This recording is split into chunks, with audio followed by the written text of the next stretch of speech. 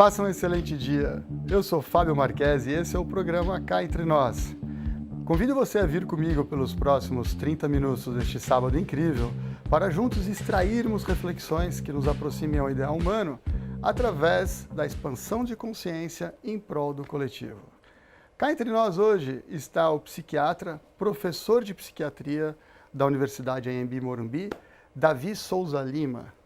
E aí, Davi? Tudo bem, Fábio? Tudo bem, querido? Tudo bem. O Davi, hoje nós vamos discutir uma questão muito interessante, até referente a um estudo que ele desenvolveu e que ele pesquisou a respeito da... A gente tem um entendimento que é um novo termo, que é a síndrome pós-Covid. Davi, vamos bater um papo? Vamos. Explica pra gente um pouco qual que é esse conceito, do que se trata essa síndrome pós-Covid?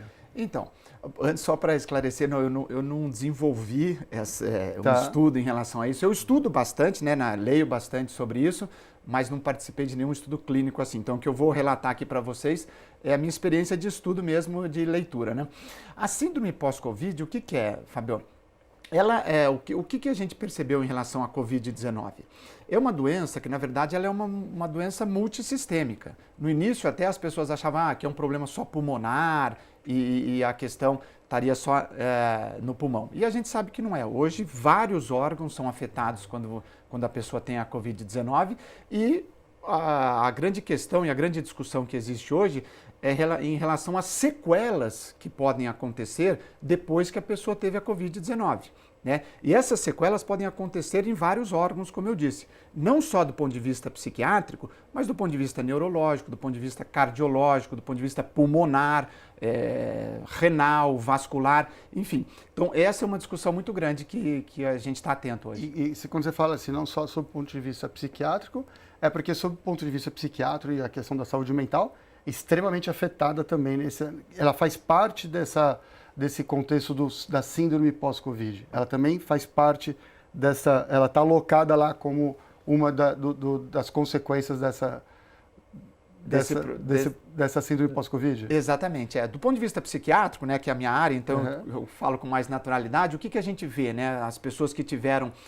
saiu um estudo na Nature, que é uma revista super importante a nível mundial, em abril desse ano, e eles fizeram uma revisão nesse sentido, mostrando quais são os principais aspectos que podem acontecer numa pessoa que teve a Covid-19.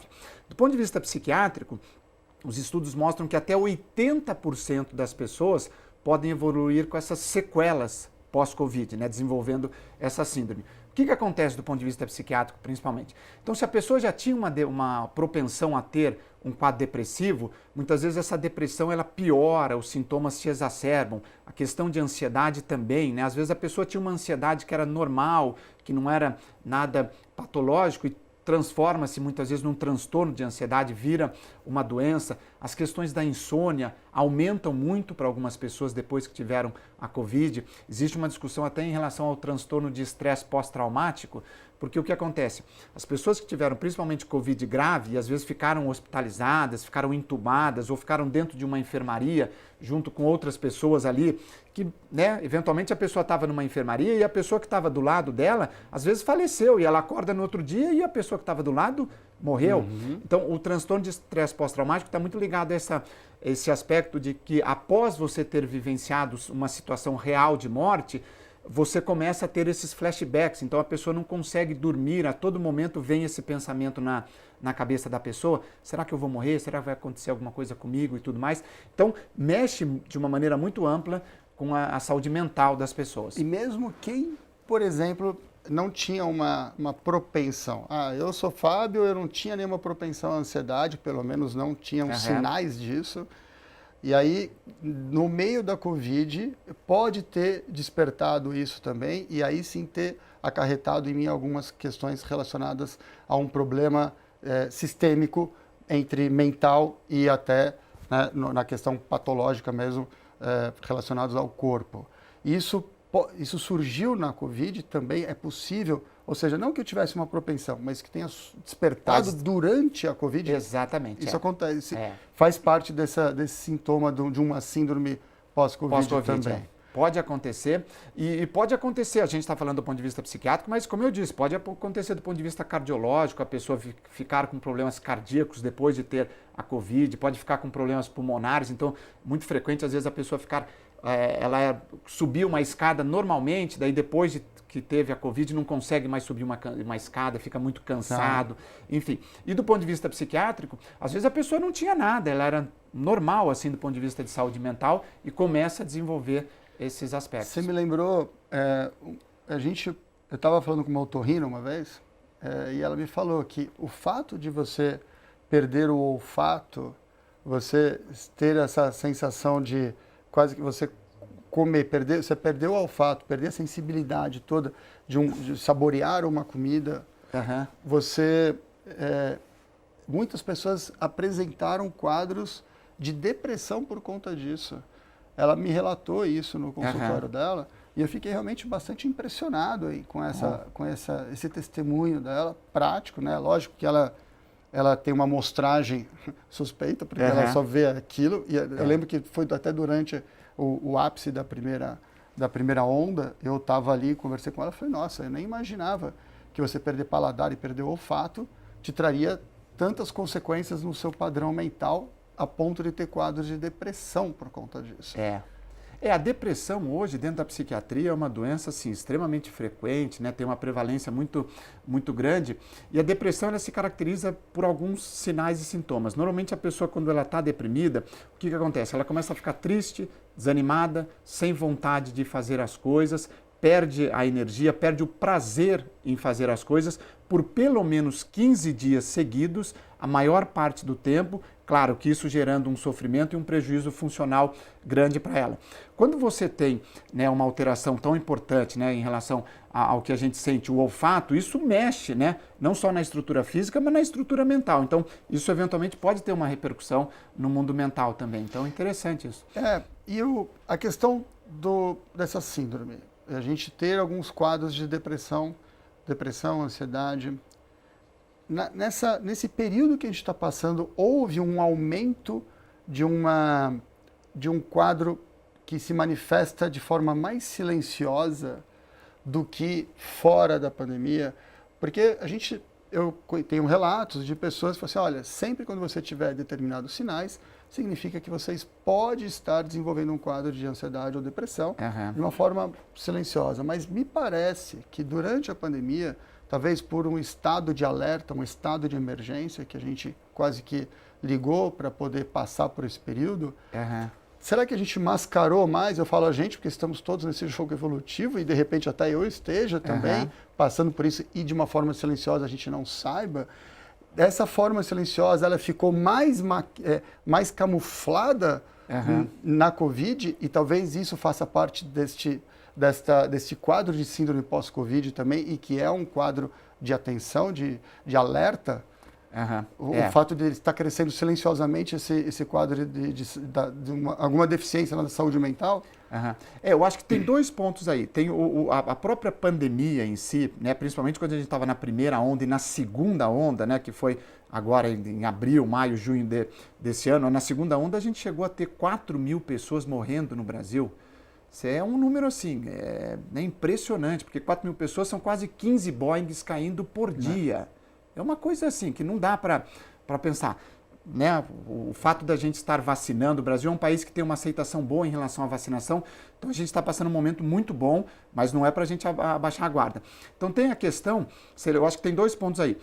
A própria patologia em si dentro da pandemia, sim, aumentou o número de quadros depressivos, aumentou o número de quadros de ansiedade, transtorno mesmo, doença, insônia, a gente viu muito aumentar a questão da insônia durante a pandemia, mas isso, a doença em si, não necessariamente relacionado a ter o Covid. O fato da pessoa estar ficando em casa, mais isolado, o fato de muitas pessoas terem perdido o emprego e tudo mais, então isso gerou uma série de problemas.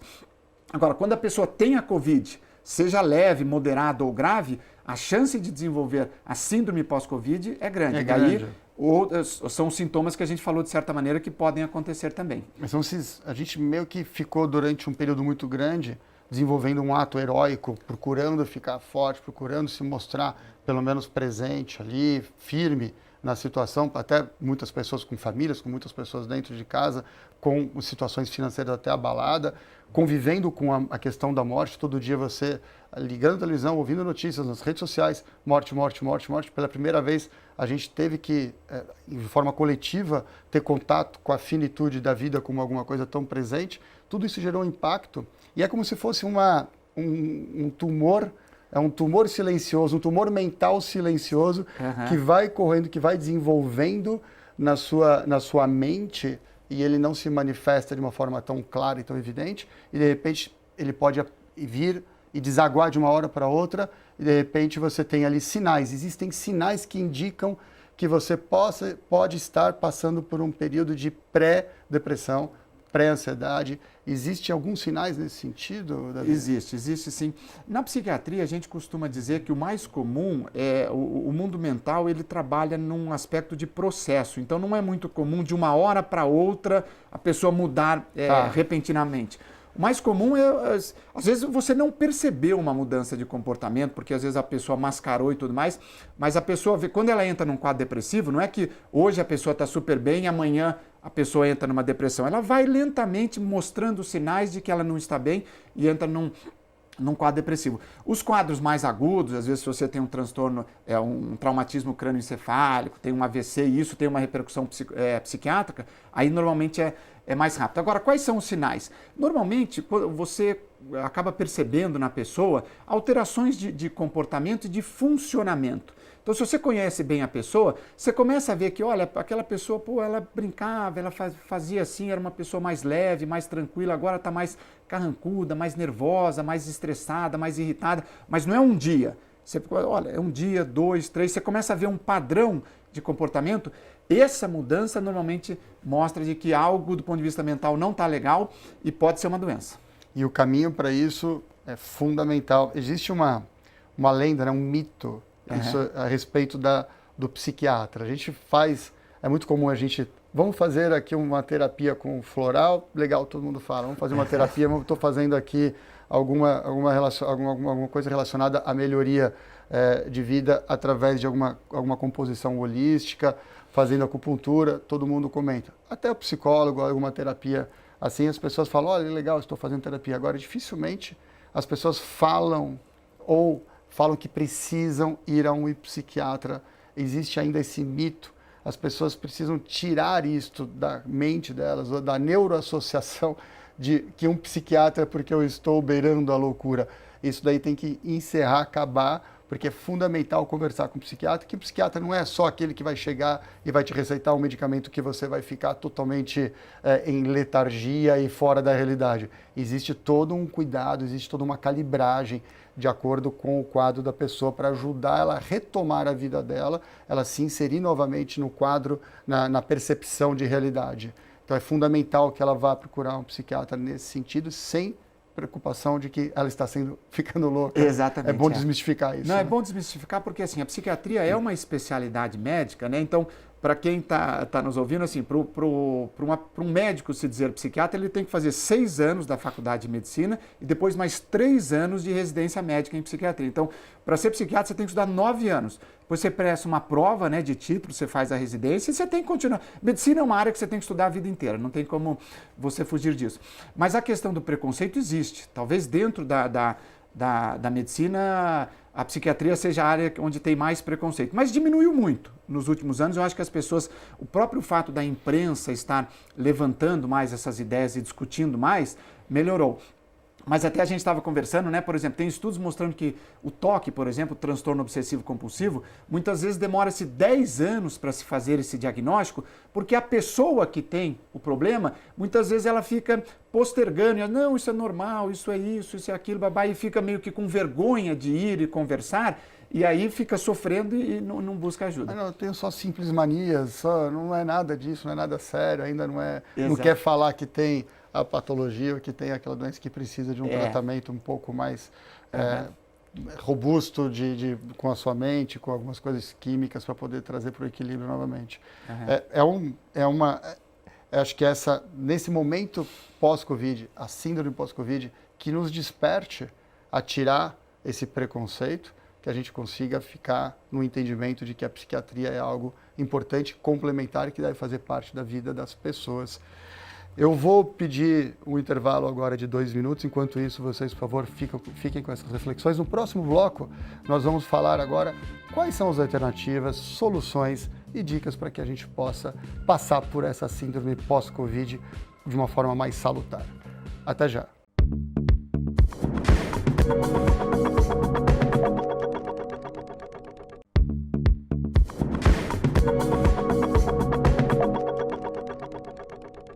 Estamos de volta com o programa Cá Entre Nós. Eu sou Fábio Marchese.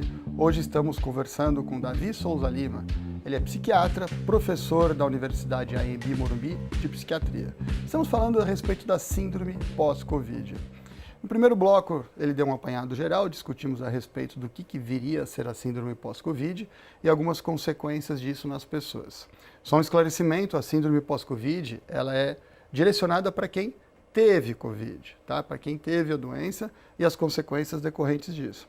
O que é legal a gente abordar agora, e a gente vai desenvolver um pouco mais, e a gente tratou um pouco disso no primeiro bloco, que pessoas que não tiveram Covid e que também passaram por situações adversas, naturalmente, por convivência com morte, convivência de aflição, uma série de coisas que foram mudadas no seu cotidiano, essas pessoas também passaram por situações de pressão que poderiam ter acarretado nessas pessoas uma possível síndrome, não essa síndrome pós-Covid, mas algum problema que precisasse de um psiquiatra, você tivesse algum quadro psicótico, algum quadro de depressão, algum quadro de insônia. Então, essas questões da Covid, como pandemia, trouxeram para as pessoas uma preocupação e nós vamos falar um pouco como lidar com isso nesse momento.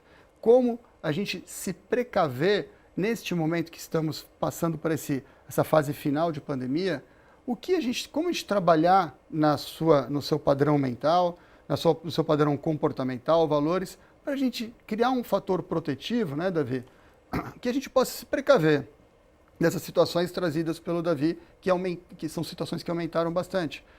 Davi, a gente conversou um pouco agora no intervalo, o legal está tarde para as pessoas que estão envolvidas numa preocupação exagerada a respeito desse tema, se essas pessoas vão desenvolver algum quadro de depressão, algum quadro referente à insônia, algum problema patológico que venha trazer acarretar isso um problema na saúde mental. Está em tempo delas se precaverem através de mudança de comportamento, de prática de esportes? Como é que a gente poderia dar dicas para essas pessoas neste momento para não passarem por essa situação? Não, esse é um tema super importante que você está levantando, Fabio, porque os gregos já diziam há 3.000 anos atrás, né, mens sana in corpore são.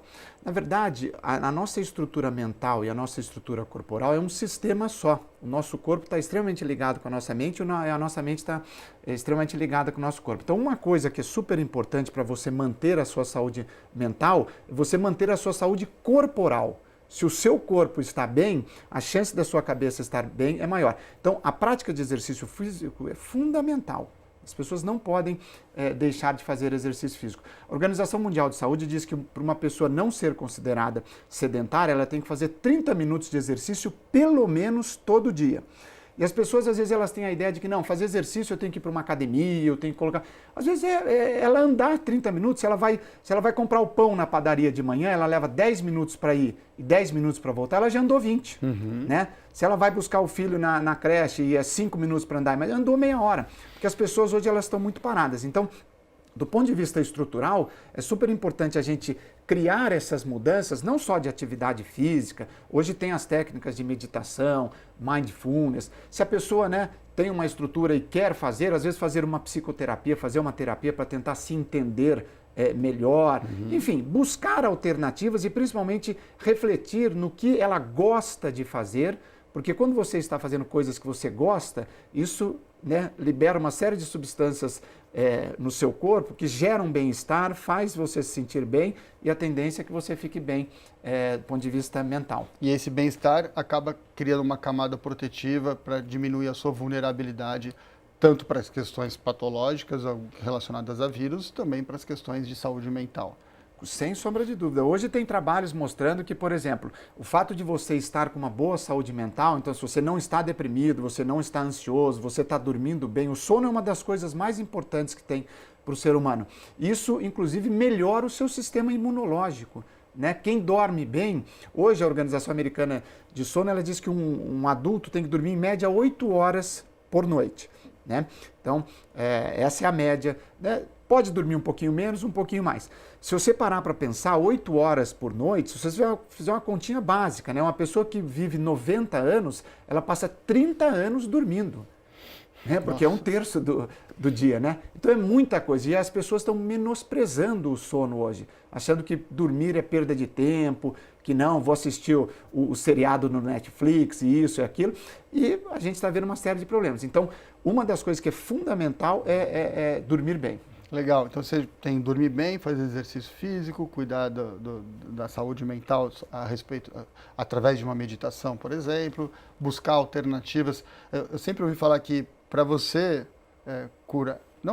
prevenir a depressão, a primeira atitude é a ação.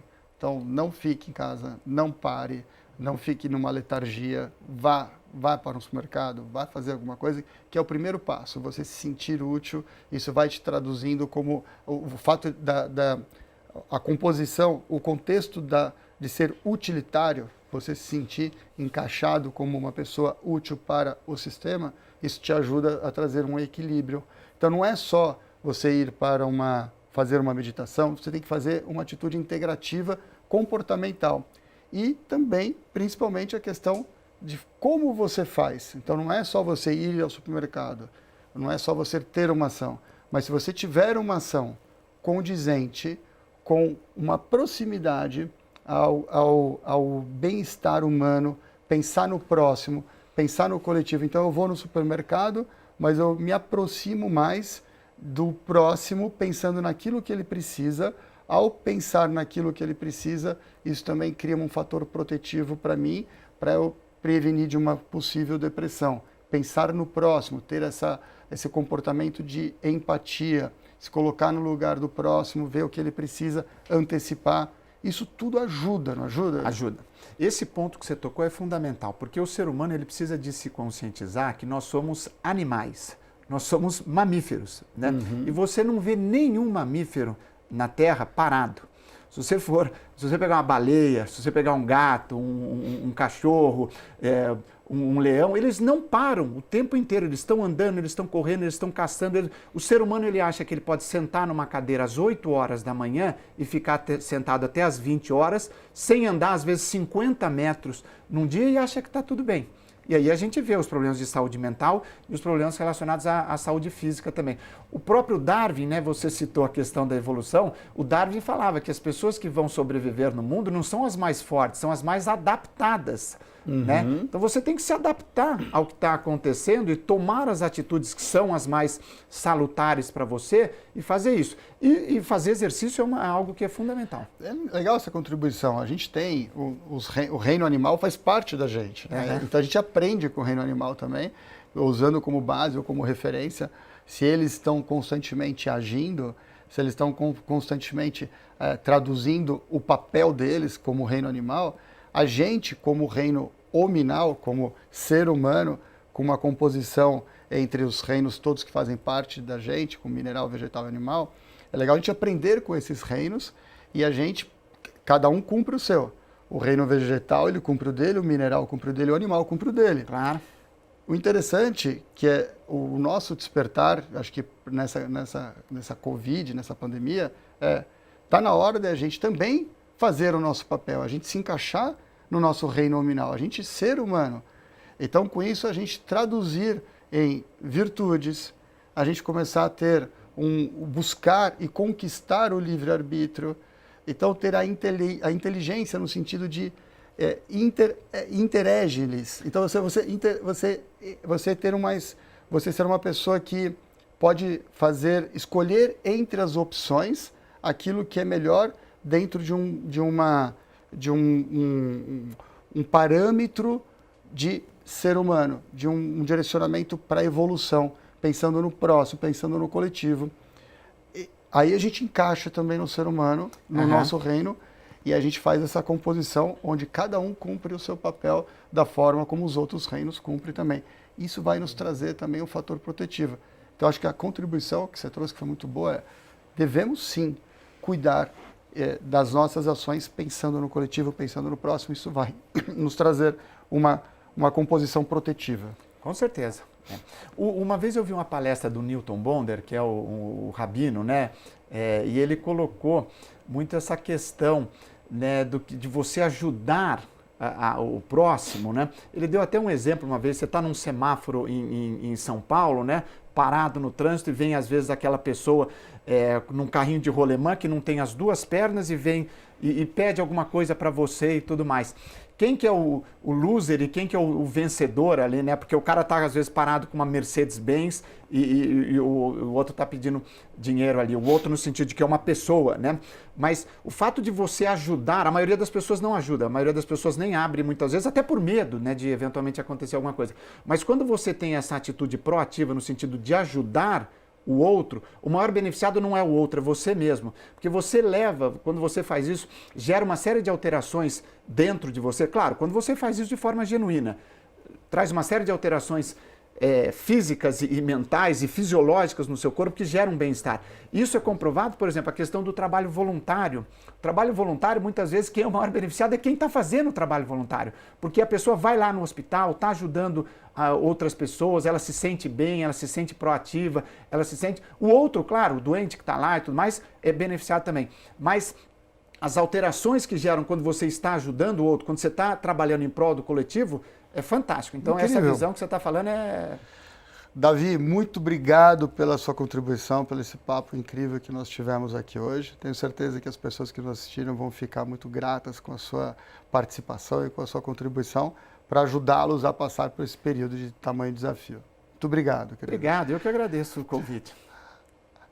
Todos que estão em casa, vocês que estão nos assistindo, fiquem com essas reflexões que nós tivemos hoje a respeito e essa mensagem final que eu gostei muito do Davi, a respeito da generosidade como uma camada protetiva para que você se blinde e você se proteja e se tenha uma precaução a respeito de uma possível quadro de depressão. Fique preocupado mais com o próximo e que você, consequentemente, vai fazer com que você esteja inserido na sua capacidade humana integrada com o todo.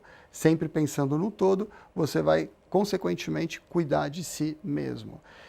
Essas reflexões é para que vocês levem para outras pessoas e que crie, assim, uma corrente do bem em prol do coletivo. Sábado que vem, daqui uma semana, estaremos de volta aqui na Band. Muito obrigado a toda a equipe aqui, o Tavinho, o Péricles, Lucas, o Cris Bucols. Quero que toda essa equipe aqui que leva para vocês esse programa, a gente esteja sempre buscando, estamos sempre aqui conectados com vocês, para que vocês façam o mesmo com outras pessoas. Até sábado que vem no programa Cá Entre Nós, às 9h30 da manhã.